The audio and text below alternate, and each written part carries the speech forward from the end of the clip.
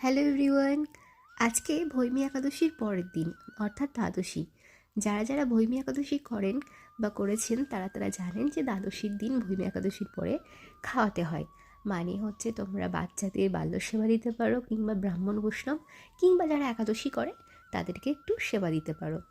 আমাদের বাড়িতে সবাই একাদশী করে, তো এবারও প্রতি বছরের ন্যায় আমাদের বাড়িতে এই আয়োজনটা করা হয়েছিল।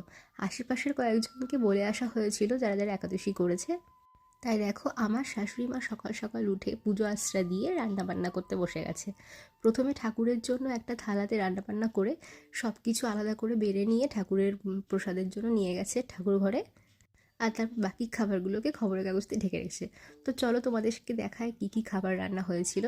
প্রথমে ছিল ভাত, আর একটা ছিল ভেজ ডাল, একটা ছিল পালং শাকের পাঁচমিশালের সবজি, যেটা খুবই সুস্বাদু হয়েছিল খেতে। আর ছিল পনিরের তরকারি আলু দিয়ে, আর ছিল চাটনি আর গুড়ের পায়েস। প্রতিটা খাবারই কিন্তু খেতে খুব সুস্বাদু হয়েছিল।